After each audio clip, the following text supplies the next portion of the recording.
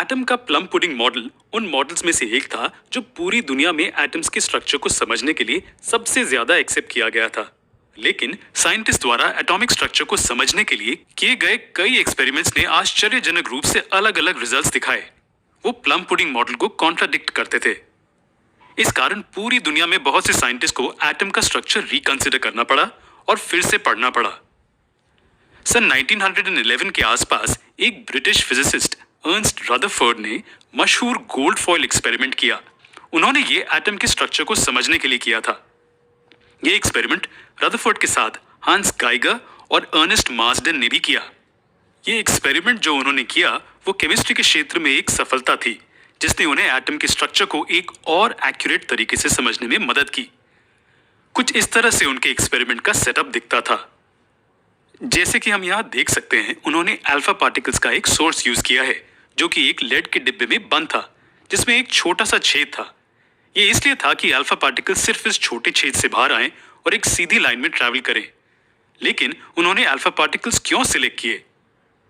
खैर, alpha particles की energy ज्यादा थी और वो भारी भी थे। तो अगर हम कहें कि एटम एक पॉजिटिवली चार्ज पार्टिकल्स की पुडिंग की तरह है जिसमें इलेक्ट्रॉन्स एम्बेडेड हैं, तो पार्टिकल्स उसके आर पार पास होंगे। ये जायज है क्योंकि भारी पार्टिकल्स एटम के हल्के पुडिंग स्ट्रक्चर से गुजरते हुए इसमें से पास होंगे। ये रदरफोर्ड ने सोचा था। प्रोटॉन्स की तुलना में उनके अधिक मास और एनर्जी के कारण उन्होंने इस एक्सपेरिमेंट के लिए अल्फा पार्टिकल्स चुने थे। अगला, उन्होंने एक बहुत ही पतला गोल्ड फॉइल यूज किया जिस पर अल्फा पार्टिकल्स बॉम्बार्ड होंगे। उन्होंने गोल्ड फॉइल क्यों चुना? खैर, एक बहुत ही पतले गोल्ड फॉइल में लगभग 1000 एटम्स होते हैं। एटम्स जितने कम होंगे एक्सपेरिमेंट उतना ही आसान होगा।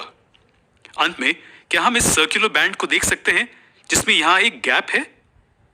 ये क्या हो सकता है? खैर, ये एक स्क्रीन है, एक फ्लोरेसेंट स्क्रीन जो हमें रेडिएशन डिटेक्ट करने में मदद करेगी।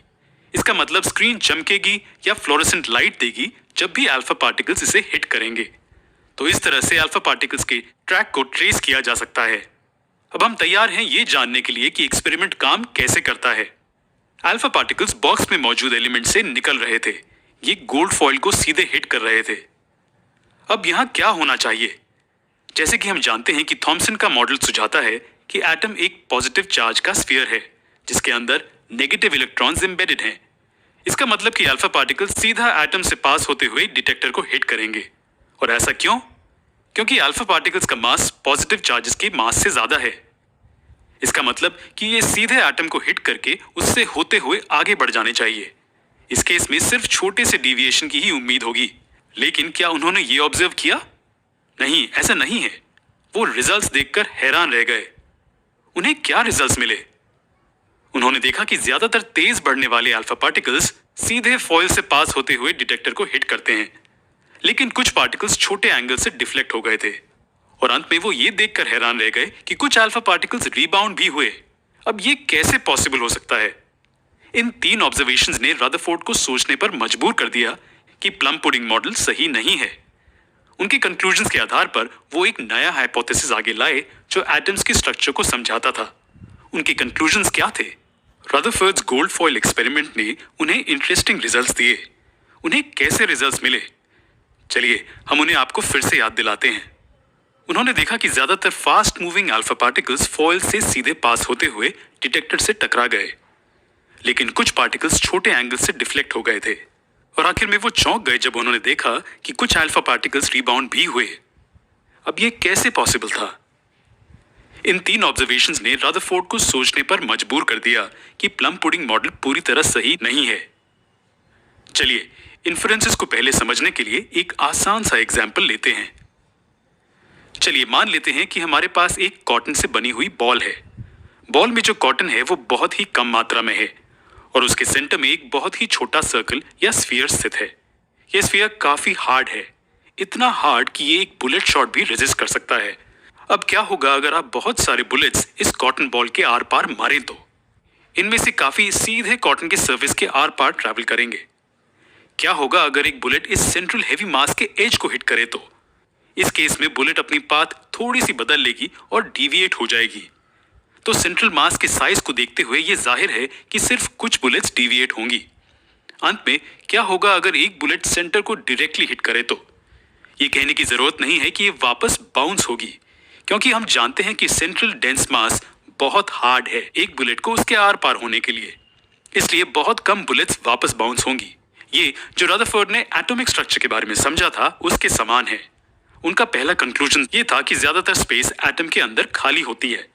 ये इसलिए क्योंकि ज्यादातर अल्फा पार्टिकल्स एटम के आर पार आसानी से पास हो पा रहे थे और डिटेक्टर को स्ट्रेट हिट कर रहे थे। अब अगर ज्यादातर स्पेस एटम के अंदर खाली है तो पॉजिटिव चार्ज कहाँ स्थित है? खैर, ये दूसरा कंक्लूजन है। पॉजिटिव चार्ज एक छोटी सी एंटिटी में कॉम्पैक्ट रूप से पैक होता है। ये एटम के अंदर एक बहुत ही छोटी स्पेस ऑक्यूपाई करता है। अब उन्होंने ऐसा क्यों सोचा? चलिए हमारे कॉटन बॉल और बुलेट एग्जाम्पल पर वापस चलते हैं। क्या आपको दूसरा और तीसरा केस याद आ रहा है? जी हाँ, बुलेट एज पर एक छोटे से स्फीयर को हिट करने के बाद डिविएट होती है और वो रिबाउंड होगी जब वो सेंटर को हिट करेगी। सेम एक्सप्लेनेशन इसके लिए भी सही है। थोड़े से अल्फा पार्टिकल्स डिविएट होते हैं, इसका मतलब कि यहाँ पॉसिबिलिटी है कि ये पॉजिटिव सेंटर के एज को हिट करे। हाँ, और एक और पॉसिबिलिटी ये है कि वो डिविएट होते हैं क्योंकि पॉजिटिव सेंटर अल्फा पार्टिकल्स को रिपेल करता है, क्योंकि वो भी पॉजिटिवली चार्ज्ड है और एक बहुत कम मात्रा में अल्फा पार्टिकल्स रिबाउंड हुए। इसका मतलब कि यहाँ पॉसिबिलिटी है कि इन अल्फा पार्टिकल्स ने पॉजिटिव सेंटर को डायरेक्टली हिट किया होगा। लेकिन क्योंकि इन रिबाउंडिंग पार्टिकल्स की मात्रा बहुत छोटी है, ये एक्सप्लेन करता है कि पॉजिटिव सेंटर जो वॉल्यूम ऑक्यूपाई करता है वो बहुत ही छोटी है। अगर स्पेस जो ऑक्यूपाई की गई है वो बड़ी होती तो बाउंस करने वाले अल्फा पार्टिकल्स की मात्रा ज्यादा होती। तो मान लेते हैं कि ये फॉइल में गोल्ड पार्टिकल्स हैं। उन्होंने देखा कि ज्यादातर रेज एटम्स के आर पार पास होती हैं। कुछ रेज अपना पाथ बदल देती हैं और डिफ्लेक्ट हो जाती हैं। अंत में बहुत कम पार्टिकल्स वापस बाउंस होते हैं। इन रिजल्ट्स के कारण रदरफोर्ड एक नए न्यूक्लियर मॉडल के साथ आए। चलिए उनके द्वारा आगे रखे गए हाइपोथेसिस को देखते हैं। पहला, एटम में एक पॉजिटिवली चार्ज सेंटर होता है जिसे हम न्यूक्लियस कहते हैं। एटम का लगभग पूरा मास न्यूक्लियस में होता है।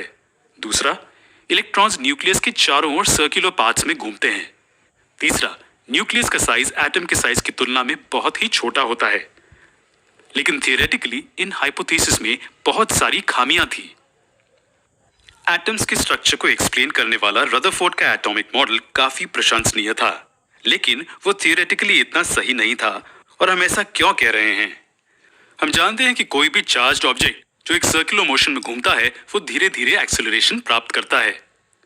उसी तरह अगर इलेक्ट्रॉन एक सर्कुलर पाथ में तेजी से मूव हो रहा है तो वो भी एक्सेलरेशन प्राप्त करेगा, और एक्सेलरेशन प्राप्त कर लेने पर ये किसी न किसी रूप में एनर्जी को रिलीज करेगा।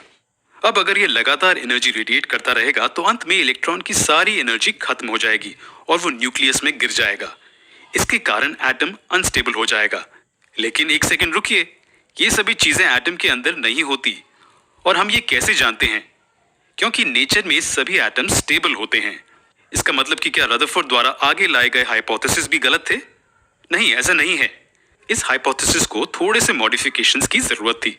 ये फिर हमारे लिस्ट में अगले लेजेंडरी साइंटिस्ट नील्स बोर द्वारा किए गए थे। उन्होंने एटॉमिक स्ट्रक्चर को डिस्क्राइब करने के लिए कुछ और एक्सप्लेनेशंस दिए।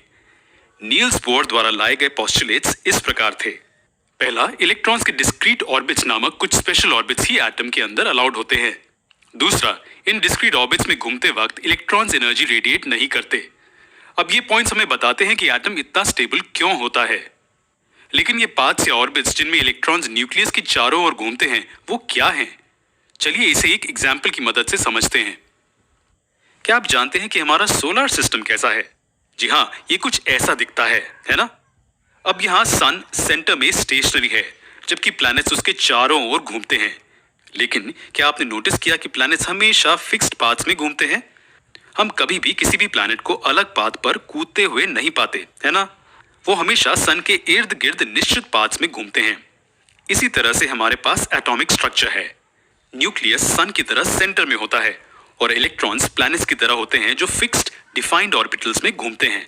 इन इलेक्ट्रॉन ऑर्बिटल्स को शेल्स या एनर्जी लेवल्स कहा जाता है। अब एनर्जी लेवल हमें एक इंपॉर्टेंट कॉन्सेप्ट पर लाता है। नील्स बोर ने सुझाया था कि इलेक्ट्रॉन्स जो इस ऑर्बिटल्स में घूमते हैं एनर्जी रेडिएट नहीं करते हैं। अब ये टर्म एनर्जी लेवल्स यूज करना जायज है, क्योंकि ये इंडिकेट करता है कि हर शेल का एक डिफाइंड एनर्जी लेवल होता है। इसका मतलब कि जब इलेक्ट्रॉन्स इन शेल्स में घूमते हैं तो ये किसी भी तरह की एनर्जी रिलीज नहीं करते हैं। और हम इन शेल्स को नाम कैसे देते हैं इनकी पोजीशंस इंडिकेट करने के लिए। ये आसान है। न्यूक्लियस के पास वाले से शुरू करते हुए हम इनके नाम K shell, L shell, M shell, N shell and so on रखते हैं। जी हाँ, K, L, M, N and so on. और क्या अगर हमें इन्हें नंबर देने हो तो? खैर, हम लेटर एन को लोअर केस में यूज करते हैं और इन्हें n equals 1, n equals 2, n equals 3 and so on रूप में लिखते हैं, न्यूक्लियस के अगले वाले शेल से शुरू करते हुए। तो हम इन्हें अल्फाबेटिकली या फिर नंबर से भी नेम कर सकते हैं। इन सभी थियोरीज और पॉइंट्स को जानते हुए क्या हमें एक टिपिकल एटम का स्ट्रक्चर पूरी तरह पता है? न्यूक्लियस में पॉजिटिव प्रोटॉन्स और इलेक्ट्रॉन्स होते हैं जो फिक्स्ड ऑर्बिटल्स में घूमते हैं। क्या एटम का स्ट्रक्चर इस तरह होता है? नहीं, ऐसा नहीं है। हमारे पास अभी एक और सब एटॉमिक पार्टिकल बचा है। ये क्या और कहां हो सकता था? चलिए पता लगाते हैं। सन 1932 के दौरान सर जेम्स चैडविक नामक एक मशहूर इंग्लिश फिजिसिस्ट ने तीसरा सब एटॉमिक पार्टिकल ढूंढा था। उन्होंने ढूंढा कि पार्टिकल्स का जो मास था वो प्रोटॉन के लगभग बराबर ही था। और उनके चार्जेस का क्या? आश्चर्यजनक रूप से इनमें कोई चार्ज नहीं था। जी हाँ, पार्टिकल्स न्यूट्रल थे। इन पार्टिकल्स को बाद में न्यूट्रॉन का नाम दिया गया और उन्हें लेटर एन से डिनोट किया गया। अब हमारे पास एटम का पूरा डिजाइन है। न्यूक्लियस के सेंटर में पॉजिटिवली चार्ज प्रोटॉन्स और न्यूट्रल न्यूट्रॉन्स होते हैं, जबकि नेगेटिवली चार्ज इलेक्ट्रॉन्स न्यूक्लियस के चारों ओर फिक्स्ड ऑर्बिटल्स में घूमते हैं। लेकिन ऑर्बिटल्स में इलेक्ट्रॉन्स को एग्जैक्टली कैसे डिस्ट्रीब्यूट किया जाता है? क्या ऐसा कोई तरीका है जिससे एक ऑर्बिटल में कितने मैक्सिमम नंबर ऑफ इलेक्ट्रॉन्स होते हैं ये ढूंढा जा सके? या क्या इलेक्ट्रॉन ऑर्बिटल्स में रैंडमली बिखरे होते हैं?